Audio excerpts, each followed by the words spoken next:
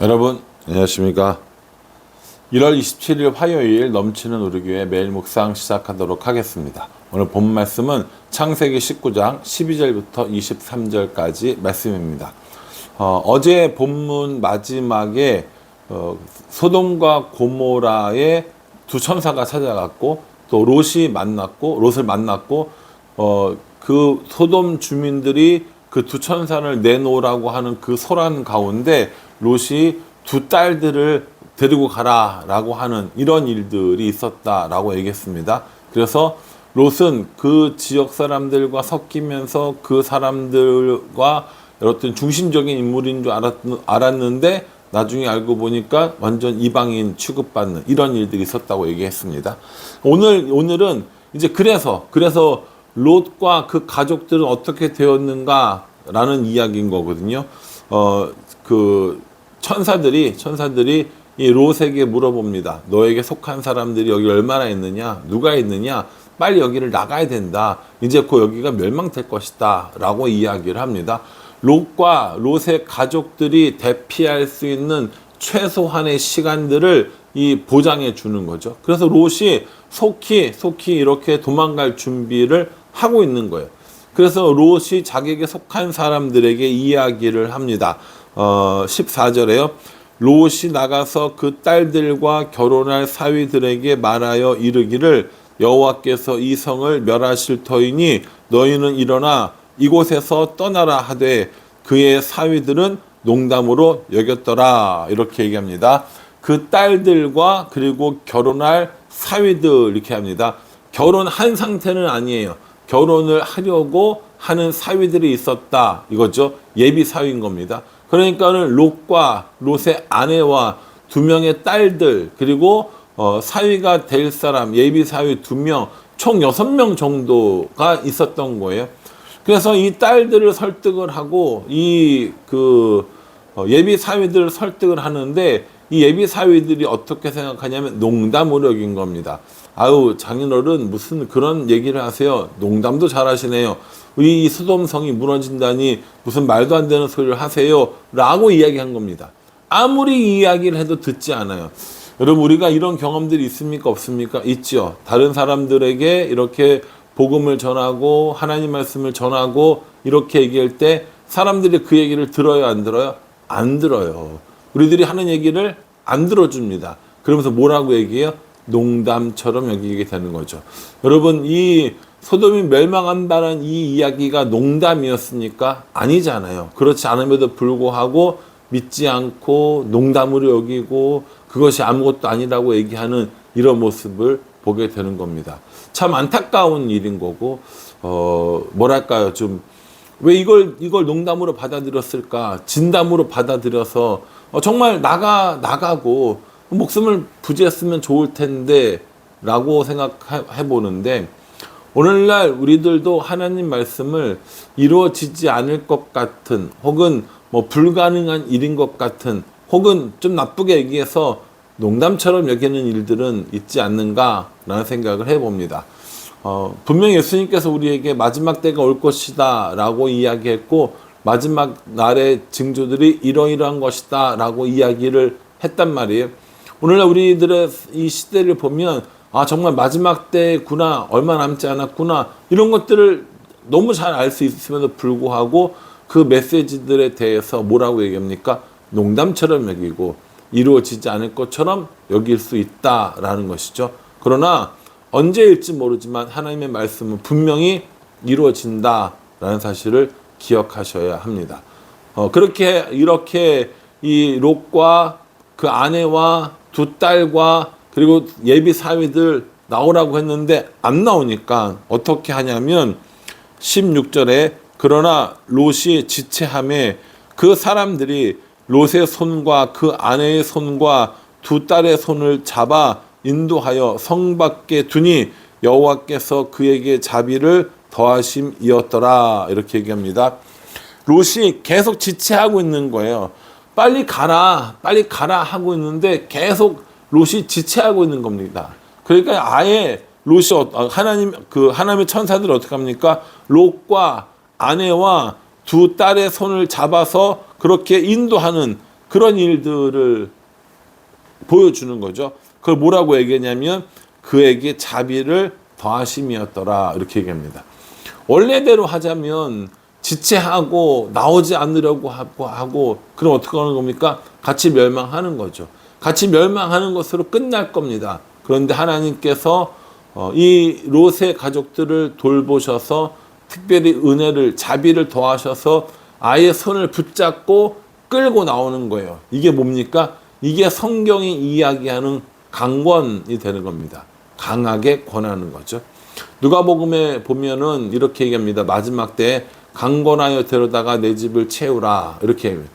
잔치를 베풀었는데 잔치에 손님들이 안 오는 거예요. 다 거절하는 거예요. 땅 샀다고 그러고 결혼한다고 그러고 소 샀다고 그러고 다 거절하니까 그 주인이 뭐라고 합니까? 산과 들로 가서 강권하여 내 집을 채우라라고 얘기하잖아요.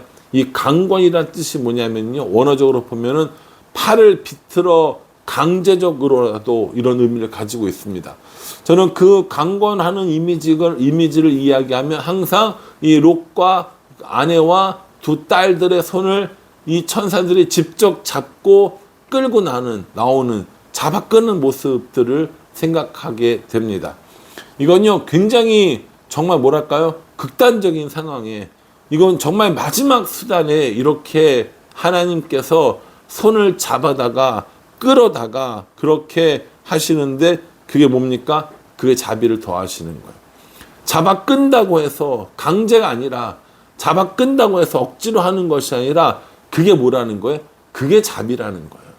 그게 하나님께서 자비를 베푸신 거다라고 이렇게 이야기하고 있습니다. 우리는 강제로 하면 그게 무슨 효과가 있겠는가라는 이야기를 하는데 예, 맞습니다. 강제로 하면 효과가 없습니다. 떨어집니다. 그런데 언제는 강제로 해야 되냐면 마지막 순간에는 강제로 해야 됩니다. 최후의 방법이 그거밖에 없다면 강제로 하는 게 맞습니다. 그 전까지 롯도 두 사위를 어떻게 했습니까? 설득했어요. 딸들도 설득했고 아내도 설득했습니다. 아무도 이야기를 듣지 않고 롯조차도 지체하고 있으니까 하나님의 천사들이 그들을 강권하여서 강제로 손을 붙들고라도 그들을 구원하시고 그것이 하나님께서 이들에게 보여주신 자비다라고 이렇게 이야기하고 있어요. 그렇게 아내와 두 딸들과 이렇게 나와서 있는데 빨리 도망가라고 했는데 뭐라고 얘기했냐면 우리가 저성으로 도망하기 전까지 멸망당하면 어떡합니까? 우리는 그렇게 목숨을 잃을 거 아닙니까? 라고 이야기하는 거예요. 뭡니까? 우리 도망갈 힘도 없어요. 우리 도망가기 전에 멸망하면 어떡해요? 라고 이야기하는 거죠. 그래서 뭐라고 이야기하냐면 20절에요. 보소서 저 성읍은 도망하기에 가깝고 작기도 하오니 나를 그쪽으로 도망하게 하소서. 이는 작은 성읍이 아니니까 내 생명이 보존되리이다 라고 이렇게 얘기합니다. 멀리 도망가라고 이야기했거든요. 도망가라, 멀리 도망가라, 여기 머물지 말아라 그렇게 얘기했더니 저 그렇게 멀리까지 못 도망갈 것 같아요. 힘이 없어요. 능력이 없어요. 뭐 이런 얘기들을 온갖 불평을 다 하는 거예요. 그러니까는 정해준 곳으로 저쪽으로 가까운 곳에서 도망갈게요. 그러니까 하나님의 천사들이 그 얘기도 들어줘요. 그 얘기도 들어줍니다. 그래 알았어. 그러면 내가 너 도망갈 때까지 내가 아무것도 안 하고 있을게 라고 이렇게 얘기해요. 참 대단하지 않습니까? 롯이 안전하게 도망할 때까지 하나님의 천사들이 이 소돔 땅을 지키고 있는 거예요. 멸망하지 않도록 지금 버텨주고 있는 거라고요. 22절에 보세요. 그리로 속히 도망하라. 내가 거기 이르기까지는 내가 아무 일도 행할 수 없노라 하였더라. 그러므로 그 성읍 이름을 소알이라 불렀더라. 이렇게 얘기합니다. 하나님의 천사들이 뭐라고 얘기해요? 내가 아무 일도 행할 수 없노라. 롯이 소알 땅으로 가기 전까지는 천사들이 아무것도 할 수 없다라고 이렇게 얘기해요. 여러분 천사들이 아무것도 할 수 없습니까? 그런 능력이 없는 사람들입니까? 아니잖아요. 천사들은 얼마든지 할 수 있었습니다. 그러나 무엇 때문에 하지 않았어요? 그렇게 하지 않은 이유는 롯의 가족들을 생각했기 때문이라는 거예요. 여기 굉장히 중요한 거거든요. 오늘날 우리들의 삶도 얼마든지 다 멸망당할 수 있습니다. 최후의 날이 올 수도 있습니다. 그럼에도 불구하고 멸망시키지 않고, 그럼에도 불구하고 최후의 날이 오지 않는 이유는 하나님께서 머뭇거리시는 거예요. 하나님께서 기다려주시는 겁니다. 누굴 기다립니까? 우리를 기다리는 거죠. 우리가 돌아오기를, 우리가 회개하기를, 우리가 안전하기를, 우리가 구원받기를 하나님께서 기다리시기 때문에 어떻다고요? 아직까지 최후의 심판의 때가, 아직까지 멸망의 때가 오지 않고 있다라는 겁니다. 그런데 사람들 어떻게 생각하냐면, 하나님은 능력이 없어서, 혹은 하나님이 없어서, 하나님 우리를 겁주는 거여서 이렇게 농담으로 여기면서 하나님이 우리에게 베푸실 마지막 최후의 심판을 비웃고 있는 것은 아닌가라는 생각을 해봅니다. 반드시 예수님께서 다시 오실 겁니다. 반드시 심판의 때가 있을 것입니다. 그런 심판의 때가 있기 전에 우리를 향한 하나님의 자비, 우리를 향한 하나님의 사랑, 이것이 우리를 구원시킬 거라는 거죠. 그러니 그때를 어떻게 됩니까? 기다려야죠. 그 기회를 놓치면 안 되는 거죠. 오늘 이 롯의 가족들을 하나님께서 생각하셔서 구원하신 것처럼 우리도 그렇게 구원해 주고 계시다는 겁니다. 그러니 우리가 머뭇머뭇하면 안 된다는 거예요. 여길로 갈까 저길로 갈까 머뭇머뭇하는 것이 아니라 하나님의 재촉하시는 그 손길대로 하나님의 구원의 길에 오르는 게 맞다. 하나님을 선택하는 것이 맞다라는 것이죠. 저는 여러분들과 저의 삶 가운데 이렇게 갈팡질팡하는 모습이 아니라 하나님을 선택하는 모습이 있었으면 정말 좋겠습니다. 중고등부 수련회 기간이란 말이에요. 제가 아이들에게 여러 가지 성경 공부들을 하면서 뭔가 아이가 계속 끊임없이 물어봐요. 너는 이렇게 할래? 저렇게 할래? 라고 물어보면 아이들이 고민하면서 선택을 합니다. 하나님을 선택하겠다고 하고 믿음을 선택하겠다고 이야기를 합니다. 우리는 날마다 그렇게 선택의 순간 가운데 살아가는 것이 아닌가 생각을 했습니다. 롯이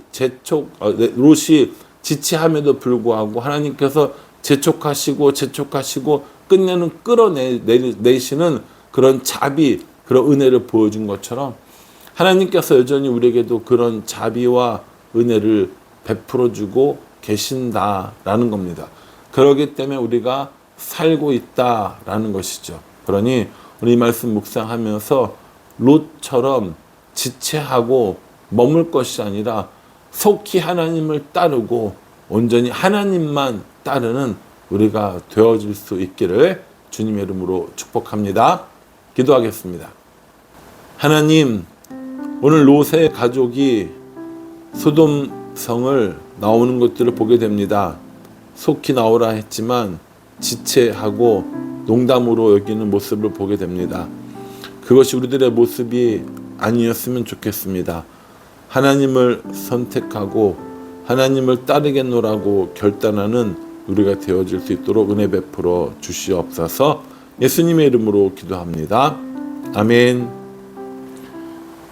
소돔과 고모라를 통해서 재촉하면 안 된다라는 것, 지체하면 안 된다는 것, 그리고 하나님의 은혜를 구해야 된다는 사실을 분명히 깨닫고 하나님께 나아가는, 하나님과 동행하는 우리 모두가 되기를 간절한 마음으로 기도하겠습니다. 감사합니다.